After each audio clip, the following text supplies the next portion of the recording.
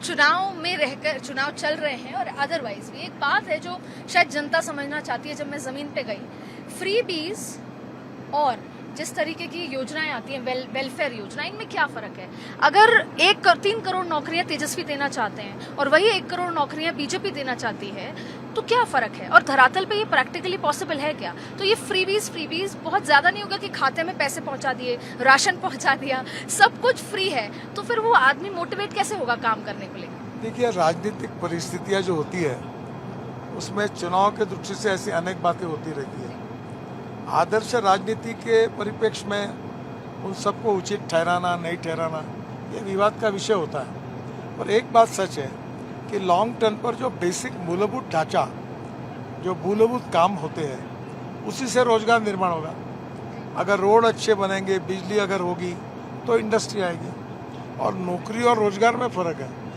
हमें रोजगार निर्माण करना है, इसलिए ग्रोथ को बढ़ाना पड़ेगा, इन्वेस्टमेंट को लाना पड़ेगा, नई नई टेक्नोलॉजी को डेवलप करना होगा, निर्यात को बढ़ावा देना पड़ेगा, तभी हम रोजगार क्रिएट करते हैं। इसलिए सर, क्योंकि जब मैं पुराना रिपोर्टिंग के समय याद करती हूँ, राजीव गांधी जी जब मनरेगा लेकर आए तो बीजेपी कटाक्ष करती थी कि खड्डा खोदने का काम आप नौकरी मत मानिए। लेकिन अब जीविका दीदी के माध्यम से यही हो रहा है, कोई भी चाहे विपक्ष हो सत्ता पक्ष हो, तो उसको आप आत्मनिर्भर, धीरे धीरे रोजगार क्रिएट करना होगा, इंडस्ट्री, ट्रेड, बिजनेस डेवलप करने होंगे, रोड के साइड में इंडस्ट्रियल क्लस्टर्स, लॉजिस्टिक पार्क बनाने होंगे।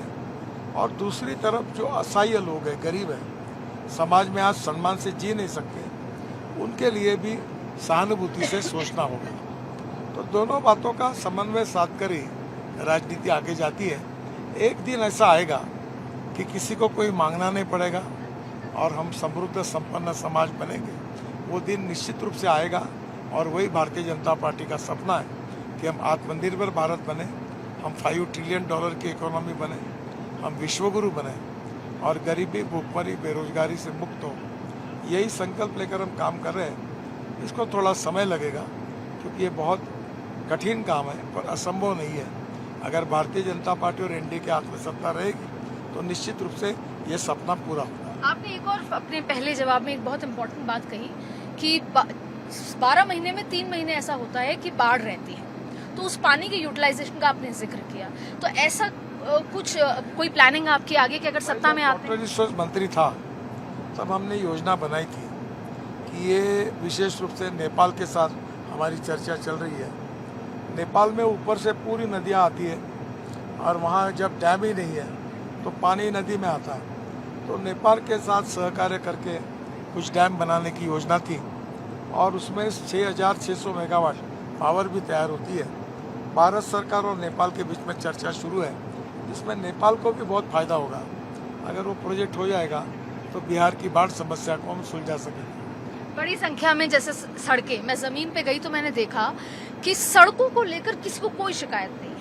और यहाँ तक कि ये भी बदलाव देखा कि इस बार 2020 में मैं चुनाव में गई थी तो फिर भी जेडीयू नीतीश कुमार को लेकर कोई दिक्कतें थी, इस बार वो भी नहीं है। तो सड़कों को लेकर जो सेटिस्फैक्शन है उसको और आप आगे कहाँ ले जाने वाले हैं? क्या प्लानिंग है बिहार के? अभी जो देखा है सड़कों का वो तो ट्रेलर है जी। असली फिल्म तो शुरू होना बाकी है बिहार में। हाँ, अभी तो हमने कुछ 5 लाख करोड़ के टोटल काम, उसमें से 2.5-3 लाख करोड़ के पूरे किए, कुछ काम शुरू है और आगे और हम काम करेंगे।